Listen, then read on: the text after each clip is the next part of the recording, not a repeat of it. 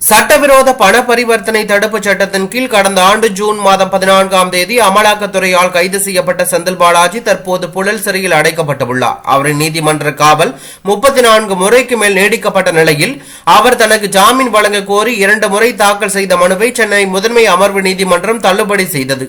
அதனைத் தொடர்ந்து சென்னை உயர்நீதிமன்றத்தில் தாக்கல் செய்த மனுக்களும் தள்ளுபடி செய்யப்பட்டதால் தற்போது உச்சநீதிமன்றத்தை நாடியுள்ளார் செந்தில் பாலாஜி. தனக்கு ஜாமீன் வழங்க கோரி செந்தில் பாலாஜி தாக்கல் செய்த மேல்முறையீட்டு மனு மீது அமலாக்கத்துறை பதிலளிக்குமாறு உச்சநீதிமன்றம் உத்தரவிட்டிருந்த நிலையில் இன்று பதில் மனு தாக்கல் செய்யப்பட்டுள்ளது.